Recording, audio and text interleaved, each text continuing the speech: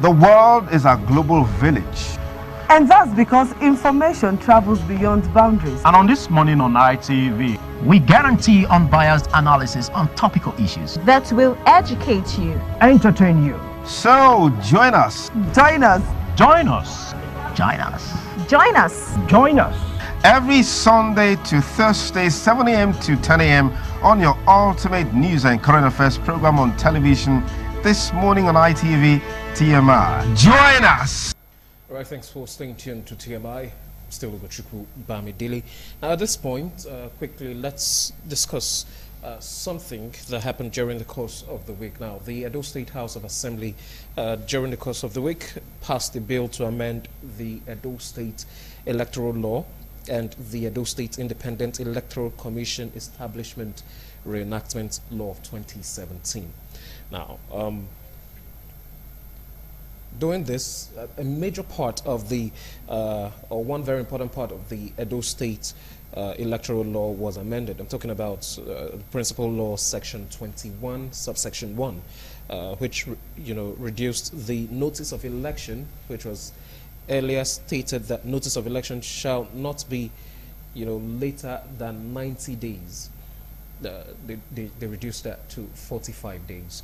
Now, reasons given was the fact that they're trying to make for elections to hold between January and March, talking about local government elections, and it was something sent. It was sequel to the request of the governor Godwin Obaseki, which was contained in a letter signed by the secretary to the state government, Barrister Osaudionge. So it was given speedy listening and passage.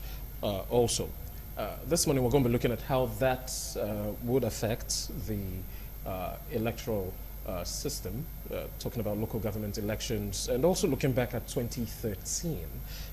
Would this also help, avoid all of the issues, the discrepancies, that came up in 2013? Now, I've got a political analyst, legal practitioner, and a politician himself, talking about Honorable Friday Ogiraki, former member of the Edo State House of Assembly, with me this morning. Many thanks for joining me. It's a pleasure to be back here. Thank you. Okay, and compliments of the season. Same to you, my brother. Okay.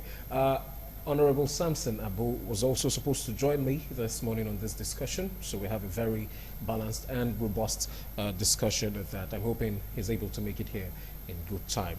In the meantime, we'll just start off, Barrister Friday Ogiraki. Looking at this change, members of the Edo State House of Assembly say it's, so that between now and March, there can be a local government election. What's your thought? Well, I think it's even late in coming, because you will find that for us in Edo State, governance at the level of the local government areas in Edo State have been dormant. Okay. Because ordinarily, by virtue of the provisions of the Constitution, local government administration ought not to be any other way other than democratically elected administration, as it were. But we have had a situation where from time to time, governors of states in this country have had to deal with local government administration the way it suits their whims and caprices. Okay. So that, like I said, from the time the last democratically elected local government administrations ended, their tenure ended, which was last year. Yes. Okay. We ought to have had a smooth transition to have some other set of elected representatives at the local government level. So that if that didn't happen, and we are not like seeing a kind of a panicky attempt towards having a local government election, perhaps in March, as it is being speculated, and also giving that someone have been giving credence to by this amendment, so that it is not like what you may call, amending the law to suit the convenience of the government at the state level, as it were. So that, like I said, there is already a breach fundamentally of the Constitution from the time, like I said, the last elected representatives, their tenure ended to this time. So that whatever it is, whatever the measure that is being taken now, steps that are being taken now to have local government election, to me, or for me, is self-serving. Because it ought not to be so. We have a government in this state that was elected over a year ago that knew that there is no other option permissible by the Constitution for local government administration other than elected representatives.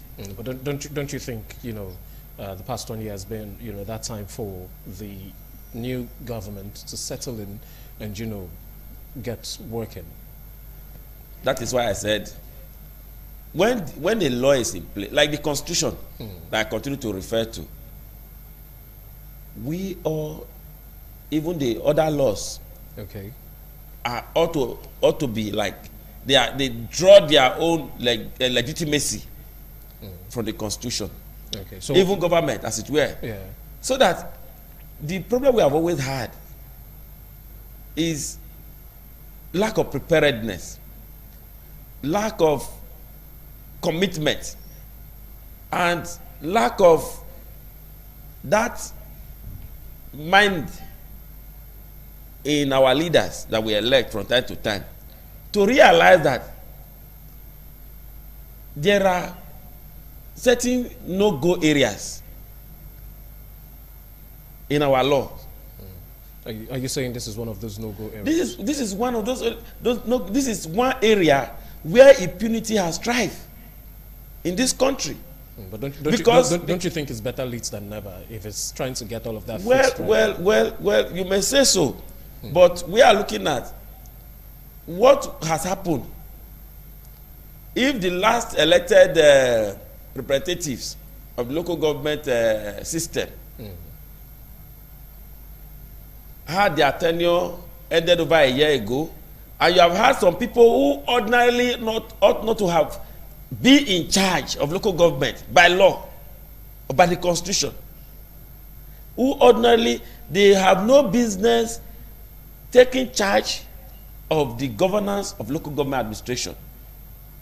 Whatever they would have done now, whether for good or for bad, we are now compelled to swallow it.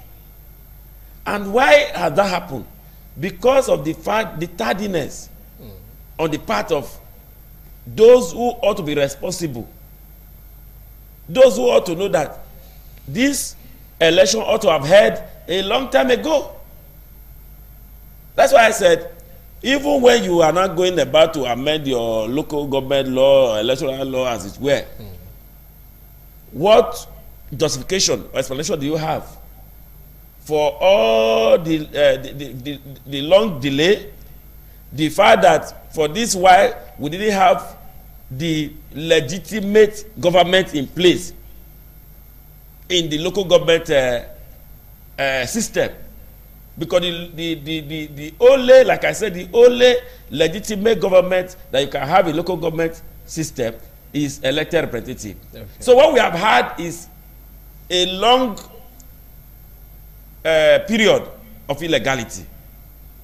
Of illegality. And like I said, it is one area like we talk about impunity in this country. It's one area where impunity on the part of state governors is cried to high heaven. But just, by the side. You know, even if you say it's been a long period of impunity, and let's look back at, you know, when there were local government chairmen in place, and then the constant protests on the streets, unpaid local government workers. I mean, it was just one local government in Edo State that wasn't owing its workers. The rest of them were owing. And then match that against what we have right now, where we don't see all of that protest, and then revenue generated by local government has also become better than it used to be to some extent. Wouldn't you also say that, yes, we've not had what constitutionally was supposed to be, but the persons holding the fort they've also done some good? The Constitution remains the Constitution. Okay. And mandatorily, we are bound to obey its provisions. Okay. Until maybe there's an amendment, or maybe that law is replaced. Now, it is not also exactly correct to say that we do not have protest by local government employees. But we've not seen such in. We have had protests from pensioners. It's not true. Okay. And these pensioners, most of them are from the local. They are those who work and retired at the local government councils, as it were. Okay. We have had that be occurring and reoccurring. But you know, let's not like I'm trying to hold forth, but yes, let's compare that with what it used to be before the expiration of the term of the past local government. Well, let us take this. I don't like this holier than thou attitude on the part of state governors in this country. I'm perhaps taking Edo State as an example. I don't know why local government, state governors continue to hold the belief that save and accept that they continue to breathe down on local government administration, that those people will not do what is right. It is not healthy for our system, it is not healthy for our polity, and it is not healthy for our democracy. Well, okay, let me take you back. Let me just make this point. You see, the point remains that governors in Nigeria, most often than not, or more often than not, you find that those that get elected to local government administration are usually their lackeys, are usually members of their political party. So that you find that in every state, when local government elections are held, virtually all the council, the councillorship positions are taken up by the ruling party in the state, as well as the chairmanship position. So that they continue to have this belief that they know it all. They are a repository of knowledge. They hold that monopoly. Okay. You know, so now some persons now believe, as we have in our state now, that if we had had an election, like the suggestion you are making, that if we have had an election and we have local government... I'm not saying if we have had elections. I'm saying at least let's give some credit to the guys that's held the fort. Because what is happening now, is that you are having a direct control of the local government system by the state government, which is, like I said, inconsistent to the provision of the Constitution. It's a direct control because... Are you saying, yes, or are you alluding that the heads of administrations at the various local governments right now, yes, are dormant? They are civil servants. They are civil servants. Compare that to when the person who is heading the local government council is an elected representative or elected chairman or elected councillor. It can never be the same. Okay. Now, many of the people in the local government will not have any basis, as it were, to even take the head of administration in the local government now to task on any issue. Because, as it were, the person is not so much answerable to them. Okay. He's answerable to those who employed him. He has masters. And that, like I said, is not the contemplation. It's not within the contemplation of the Constitution. It's not within the contemplation of the ideas inherent in the creation of local government system in our country. All right, you mentioned the Constitution, so let's just go back a little bit. I mean, time and time again, between 1999 and 2017, which is wrapping up right now, we've had, you know, Constitution amendment attempts. And one very prominent issue all the time we've had Constitution amendment attempts is the issue of local government autonomy. Now, at some point, you had the House of Assembly, Edo State, and I'm sure there was a time when there was a big move for local government autonomy while you were there. Not while I was there. Okay. In fact, it came before I came. Oh, okay.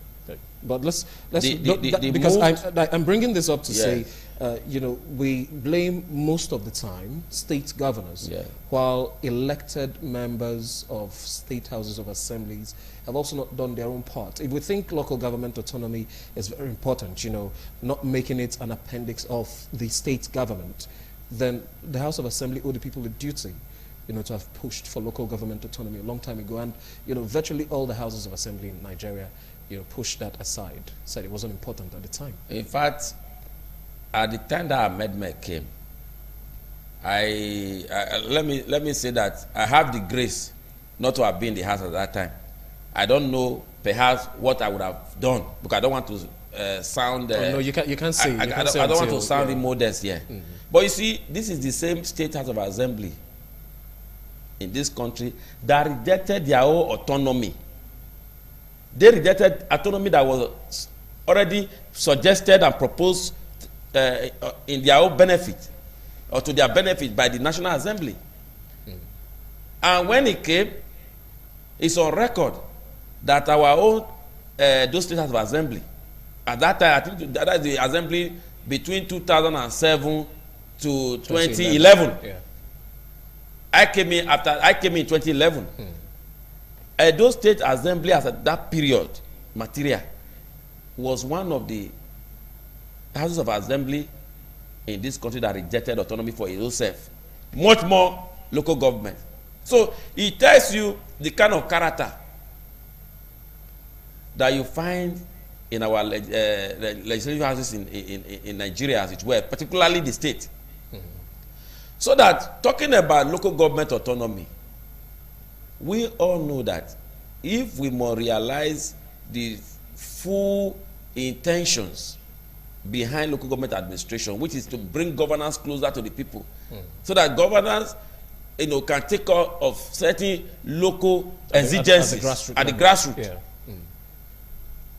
We cannot overemphasize the need to grant local government autonomy. Okay, but let's not settle on local government autonomy, because that's not really the crux of this discussion. But look at it. And that will go again with how elections are conducted. Okay. To local government offices, chairman, councillors. Before now, when the election were conducted by a central body outside of the governor's control, you could have a plumage of political parties forming the government at the different levels, different councils. By this I'm saying you could have party Z in local government A and party Y in local government B as at that time. But we are a people that we seem to live in denial. We all know that it is not possible, as it were, to have an election in a society like ours, where from A to Z, all of the offices will be taken over or won, as it were, by one political party, particularly when it relates to local government elections. Okay. So sometimes you even want to, like, why do we want to present ourselves as a hypocritical people? What is the need even expending so much energy you have talked about, we have talked about this amendment now that the House of Assembly just passed. Man hour, time, resources that is where have been dedicated to that, with a view that perhaps election will be held. Okay. What is an election if that election is not credible? Okay, so that brings us to looking at what to expect, you know, as we go into the year 2018, you know, expecting that local government elections will hold.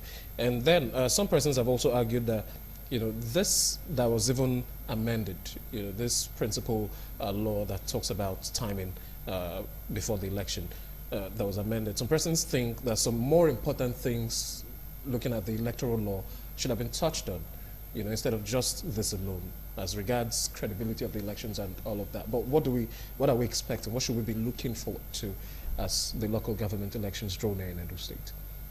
Well, that is where the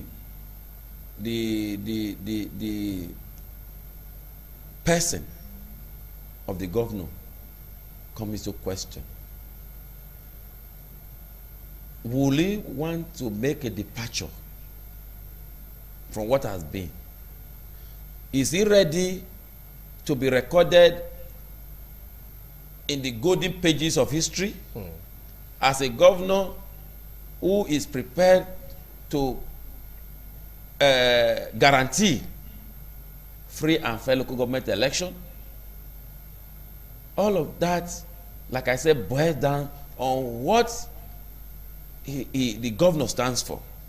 If he's going to be like all of the other governors we have seen, who believe that a winner takes all, like I said, proposed amendment, maybe in the days ahead, you are going to see maybe the commission, those state independent electoral commission be reconstituted, with some people brought to a panel to oversee the elections it were. And you are going to see if it's already done in the appropriation bill or law, as it were now, that appropriation have been made, budgetary appropriation have been made for local government election. That money that the commission will use for the election, and that is our own money, taxpayers' money. So that if all of that is that was saying that the ruling party in the state have their people, is just to like more or less like a hollow ritual, a hollow ritual that is not just towards actually achieving substance, but to give the people the impression that we have had an election. And people do not really see the real idea and philosophy behind election. If at the end of the day, you have all of the persons belonging to the ruling party forming the government at the local government level, you are going to see loss of versatility. You are going to see loss of competition. Well, let's hope it doesn't happen that way. That's what I'm saying. That's what I'm saying. That Governor Godwin Obaseki has an opportunity, a lifetime opportunity, a golden opportunity, beckoning on him now to ensure that there's a level playing field for everybody. That the resources of the state is not deployed to support and aid a particular, his own party as it were, to whether they win or not, from the government at the local government level as it were. You know, we have one sad history in Edo State, the Uromi electoral saga, where for about 2 or 3 times an election was conducted, and the people at all time threw their weight and support behind one particular candidate at that time, who unfortunately was not a member of the ruling party at the state.